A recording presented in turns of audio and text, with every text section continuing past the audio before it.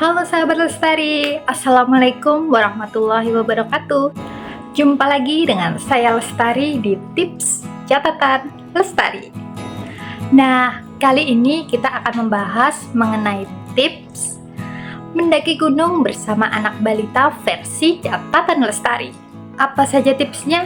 Ayo kita simak. Yang pertama, adaptasi dengan alam. Hal ini sangat kita perlukan. Karena kalau kita mengenalkan anak lebih jauh kepada alam, kita jadi bisa tahu tuh karakter anak dan kemampuan anak di alam itu seperti apa. Nah, sebelum mengajak anak naik gunung, lebih baik kita mengajaknya main di alam. Kita juga bisa mengajaknya camp terlebih dahulu. Hal itu bisa menjadikan patokan kita bagaimana reaksi anak ketika saat di dalam tenda dan berada di alam sekitar. Kita juga bisa lebih sering mengajak anak jalan-jalan ke alam bebas loh, karena dengan demikian kita jadi tahu kemampuan anak itu sejauh apa sih. Itu bisa menjadikan tolak ukur bagi kita untuk mengajak anak kita naik gunung. Yang kedua, kenali kondisi gunung. Jadi sebelum kita ngajak anak kita naik gunung, kita juga harus tahu dong kondisi gunung itu seperti apa. Ketika kita akan traveling, apalagi naik gunung, tentu saja kita harus menentukan gunung mana yang akan jadi tujuan kita. Selain itu, kita juga harus menentukan jalur mana yang cocok untuk kita lalui, apalagi ketika kita akan mengajak anak. Lebih baik kita mencari jalur yang lebih cocok untuk membawa anak kita. Akan lebih baik lagi jika kita udah pernah mendaki gunung tersebut. Jadi kita bisa tahu tuh karakter gunung tersebut dan medan seperti apa yang akan kita lalui berikutnya. Yang ketiga, mengecek cuaca. Sebenarnya hal ini bisa kita lakukan tidak hanya saat mendaki bersama anak saja, tetapi ketika kita mau naik gunung sendiri pun kita juga harus mengecek cuaca.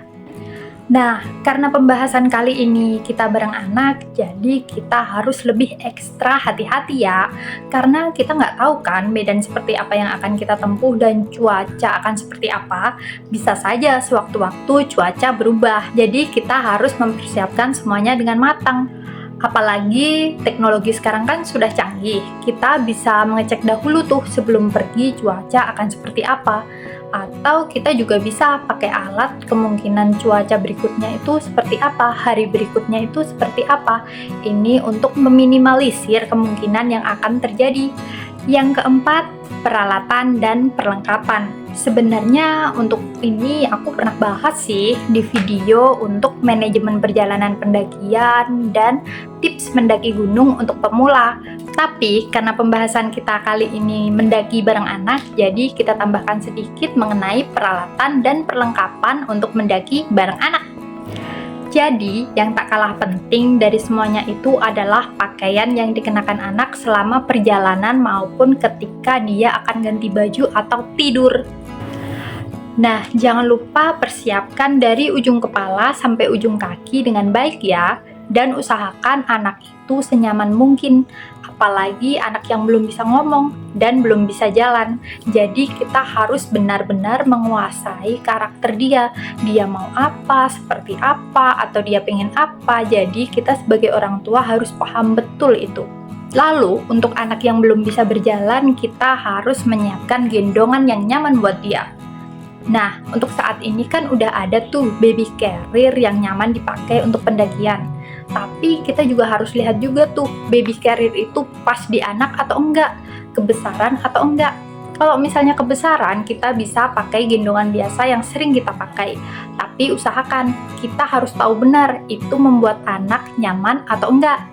Untuk di perjalanan, siapkan juga jas hujan untuk anak. Kenapa?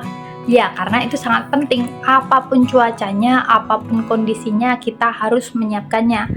Karena kita nggak tahu cuaca apa yang kemungkinan terjadi saat di gunung.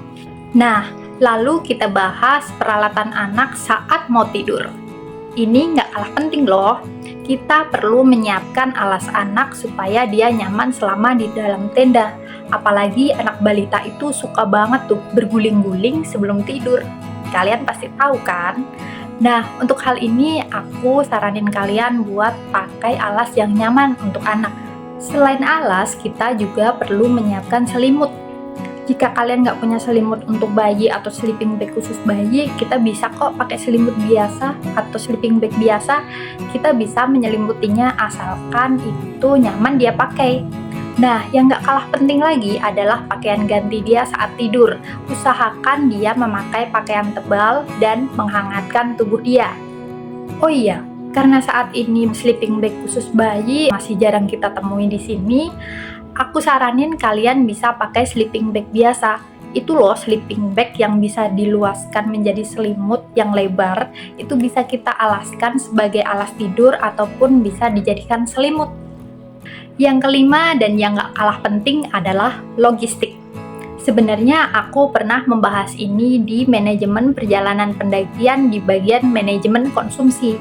Tapi karena pembahasan kita kali ini bersama anak, jadi kita akan membahasnya lagi ya.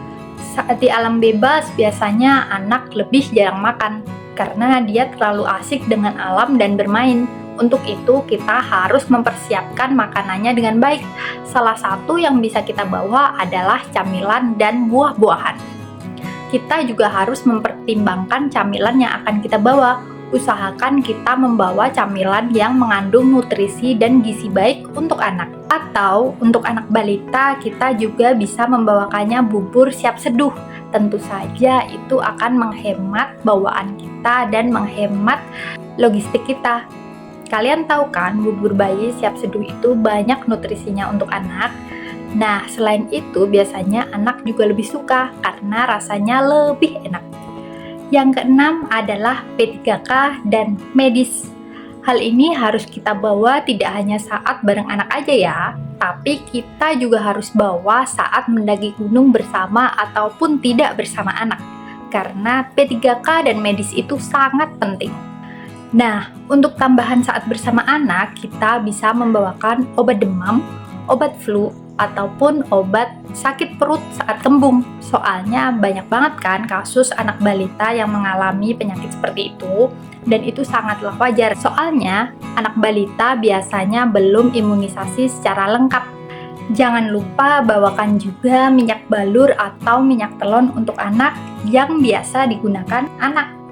Karena apa? Karena meskipun digendong, anak juga bisa merasakan pegal loh saat di perjalanan.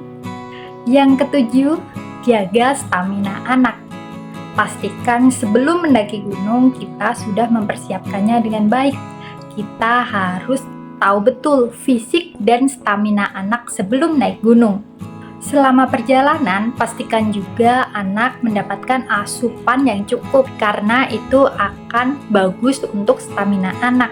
Nah, khusus untuk anak yang belum bisa berkomunikasi dengan baik, kita sebagai orang tua harus paham betul bagaimana kondisi anak kita. Yang terakhir adalah menciptakan suasana yang menyenangkan. Ini nggak kalah penting loh, karena anak itu perasa. Jadi ketika kita merasa senang, anak juga akan ikut senang. Apalagi saat mendaki gunung itu stamina gampang terkuras. Jadi kita harus menciptakan suasana yang menyenangkan untuk anak. Selain itu, dengan menciptakan suasana yang lebih menyenangkan, anak juga akan lebih tidak rewel.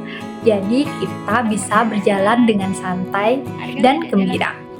Nah, itu tadi tips dari catatan Lestari ketika kita akan membawa anak untuk naik gunung. Kalau kamu ada tips lain atau ada kritik dan saran lain, bisa banget tuh tulis aja di kolom komentar ya. Segitu dulu tips dari catatan Lestari. Sampai jumpa, salam Lestari.